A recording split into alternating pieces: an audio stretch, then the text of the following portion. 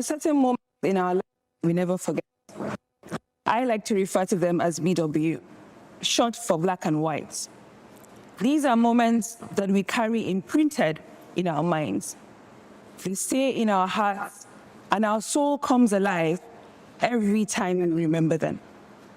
Scientists call this residual energy signature. These moments can be moments when you were doing something you love or when you were at your best. They can be moments when you experience something far bigger than yourself. It could be a childhood story, be a time when you were doing something you love, or a time when you gave to make someone feel seen. And I am sure as I am talking, you are recording some of these memories. I'd like to share with you the most important VW moments. The first is the story of Bahija. I know people like you, the small voice called out to me. I stopped and I raised my head to meet a beautiful set of brown eyes. Even though I was 10 inches taller and we were 6 inches apart, I could feel the weight of her stare weighing me down. People like me? I asked, as I took a step closer to her. And Bahija started to tell me a tale of pain and heartbreak, of people like me who would come from the city to her community to teach and preach about equity and equality. People like me who would come to her community to make promises unfulfilled and leave with a gallery full of photos and videos, never to be heard from again. As Bahija spoke, I looked close at her, and she reminded me so much of my neighbor in the city, Bilkisu. Bilkisu had just left the United Kingdom for her A-levels, a space enthusiast, and as she left, she bragged to me that she will soon plant the Nigerian flag on space and take some plantain chips for flavor.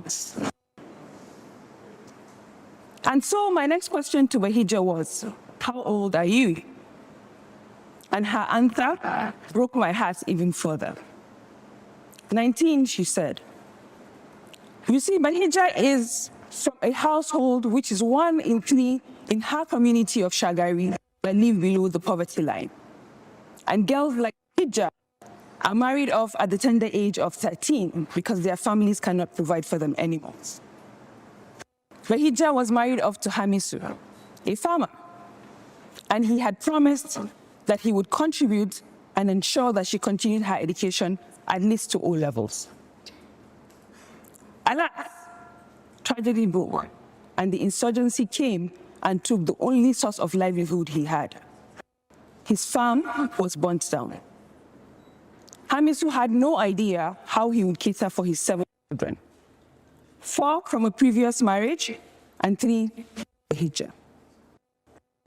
My next question to Bahija was, what do you think you can do to change the situation?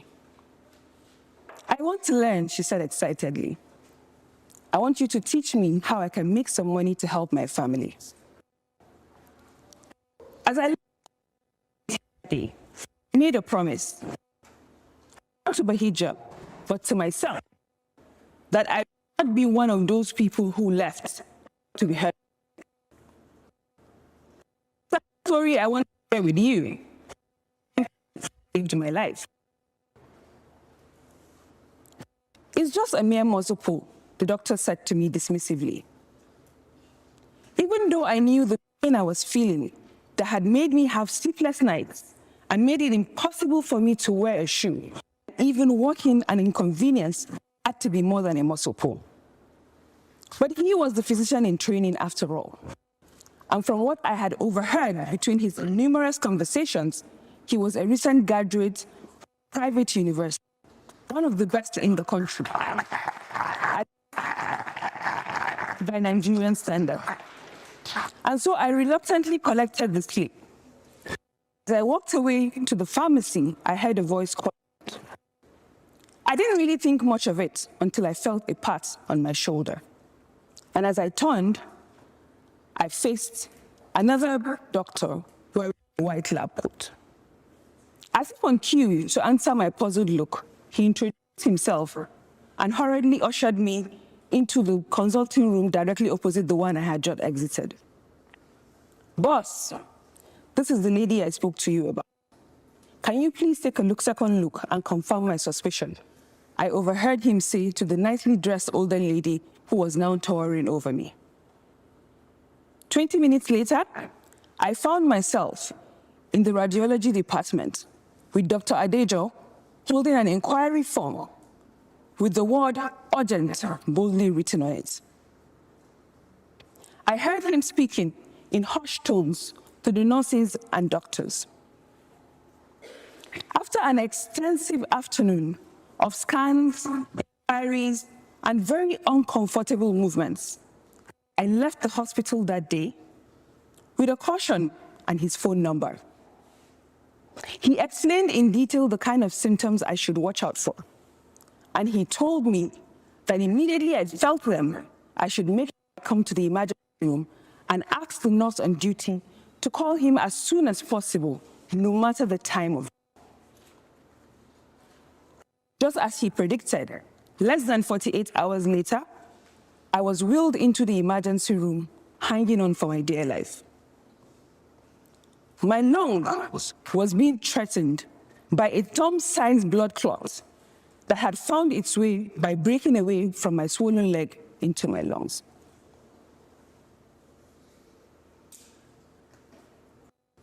Now, it is easy to assume that this was sheer luck, or even to start thinking of placing blame on the first doctor who missed the opportunity of something more.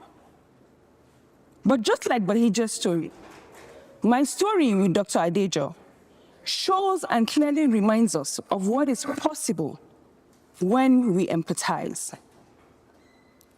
When we slow down, look closer to assess a situation, and deeper.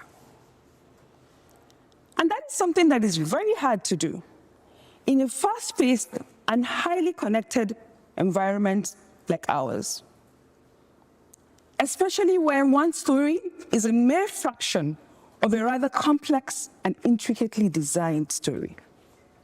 But today, I want to challenge you to be that one person that slows down.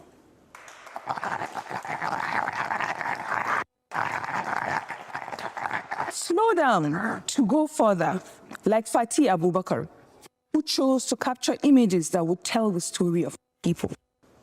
Slow down to go further, like Zanna Mustafa, who chose to give the children a hope for a brighter future.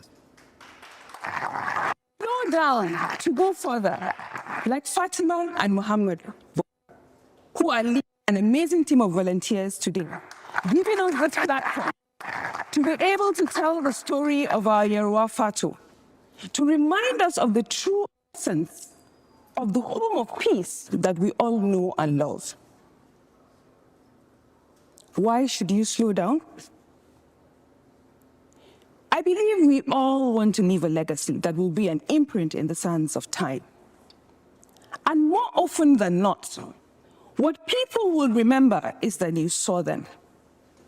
They will remember that you felt their pain and gave them hope in exchange. That is what I want my legacy to be. After all, as the popular saying goes, does it profit a man to gain the whole world and lose his soul?